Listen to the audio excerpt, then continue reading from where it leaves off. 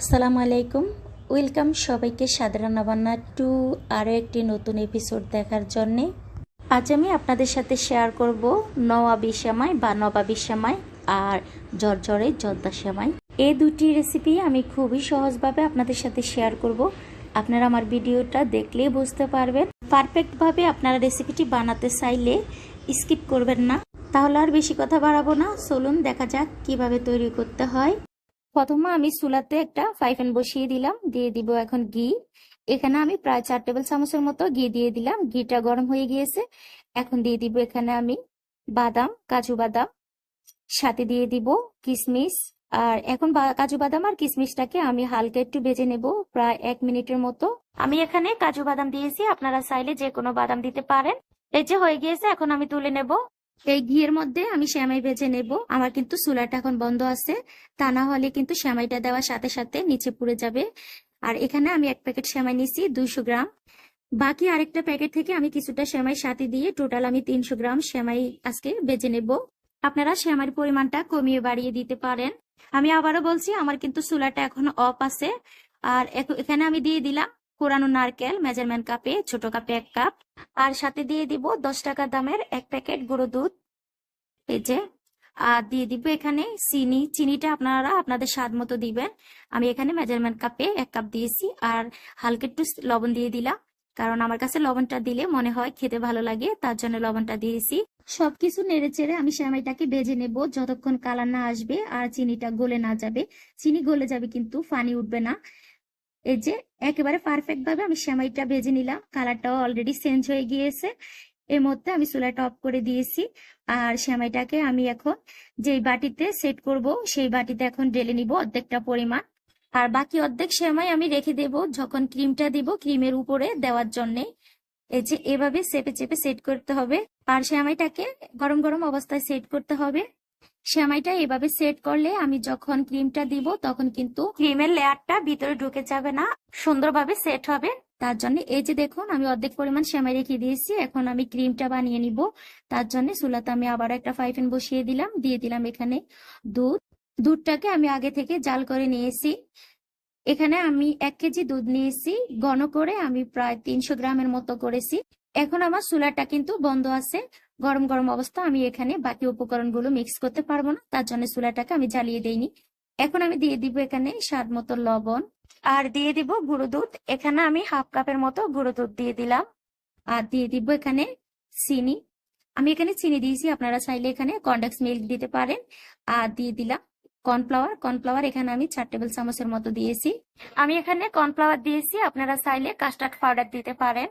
এখন সবকিছু ভালোভাবে মিক্স করে নেব। ঠান্ডা ঠান্ডা অবস্থায় মিক্স করতে হবে, আর চুলাটা জ্বালিয়ে দিলে কিন্তু দলা পেকে যাবে। এই যে মেশানো হয়ে গিয়েছে। এখন আমি ফ্লেভারের জন্য দিব কেওড়া জল। এখানে আমি সামান্য পরিমাণ 4 থেকে 5 ফোঁটা কেওড়া জল দিব।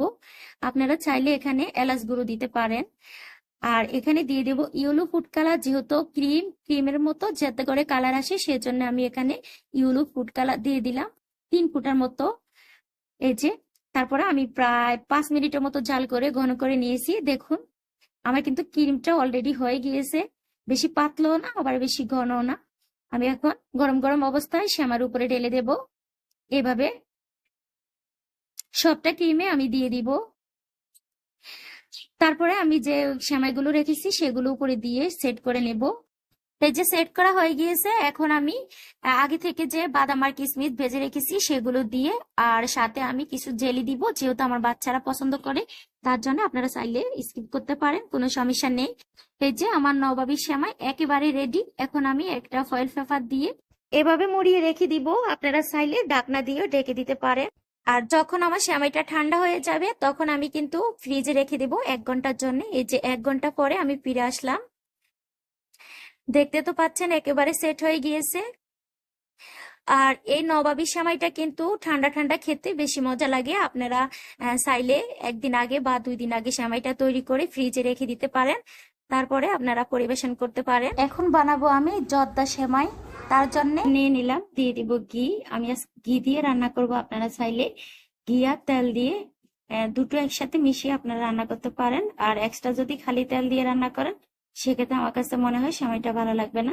ঘিটা গরম হয়ে গিয়েছে, দিয়ে দিলাম 4টি এলাচ, 2 টুকরো দারুচিনি আর 2টো তেজপাতা, 1 কাপ কোরানো নারকেল, কাঠবাদাম হাফ কাপ, কিশমিশ হাফ কাপ। আমি এখানে কাঠবাদাম দিয়েছি, আপনারা আপনাদের পছন্দ মতো বাদাম দিতে পারেন। এই যে সবকিছু আমি ভালোভাবে ঘিয়ের মধ্যে 2 মিনিটের মতো ভেজে নেব।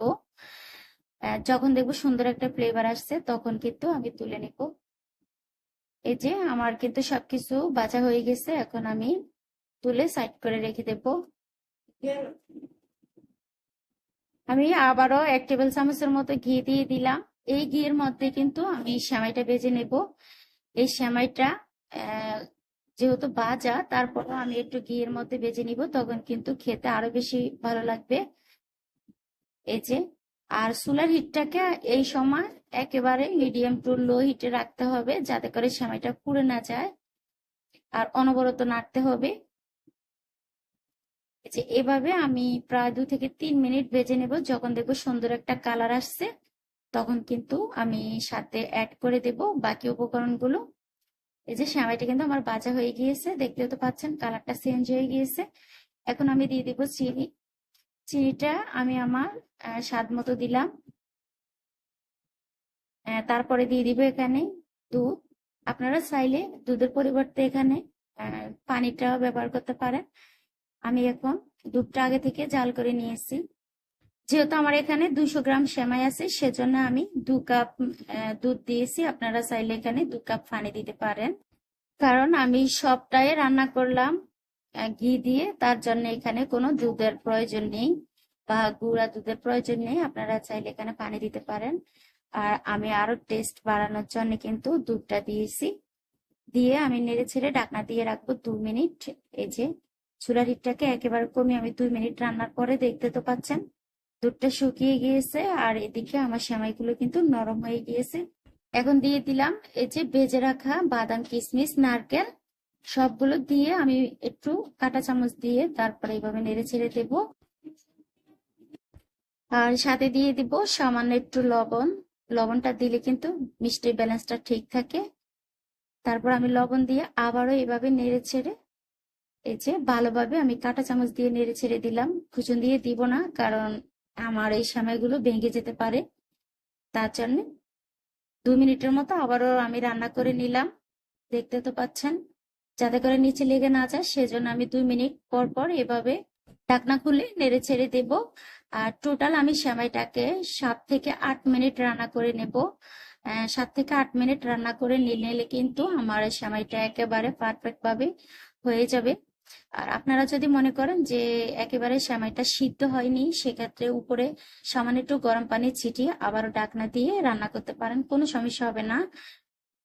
খেতে যে একটা ফানি ফানি লাগবে সেটাও লাগবে না, খুব সুন্দরভাবে হয়ে যাবে, একেবারে জর্জরা। এই যে আমার ছোট বাবু কিন্তু কান্না করে খাওয়ার জন্য, তার জন্য আমি ওকে এখন একটু উঠিয়ে দিলাম। বাকিটা কিন্তু আমি আবারও নেড়ে ছেড়ে তারপরে চুলাটা বন্ধ করে দিব। এই যে অলরেডি আমার চুলাটা বন্ধ করে দিয়েছি, আমার সেমাইটা হয়ে গিয়েছে। যখন সেমাইটা ঠান্ডা হবে তখন কিন্তু আরো ঝরঝরে হবে। এই যে ঠান্ডা হয়ে গেছে, এখন আমি পরিবেশন করে নেব। এই যে আমি আবার আপনাদেরকে নেড়ে ছেড়ে দেখিয়ে দিব। দেখতে তো পাচ্ছেন কতটুকু ঝরঝরে হয়েছে। এই সময়টা খেতে এত মজা লাগে, আপনারা না খেলে বুঝতে পারবেন না। যারা একেবারে দুধ দিয়ে পাতলা সেমাইটা পছন্দ করেন না, তারা কিন্তু এই সেমাইটা খেতে পারেন। আপনাদেরকে আজকে আমি একটা টিপস বলে দেব। এই টিপস ফলো করলে কিন্তু সেমাইটা পারফেক্ট ভাবে হবে।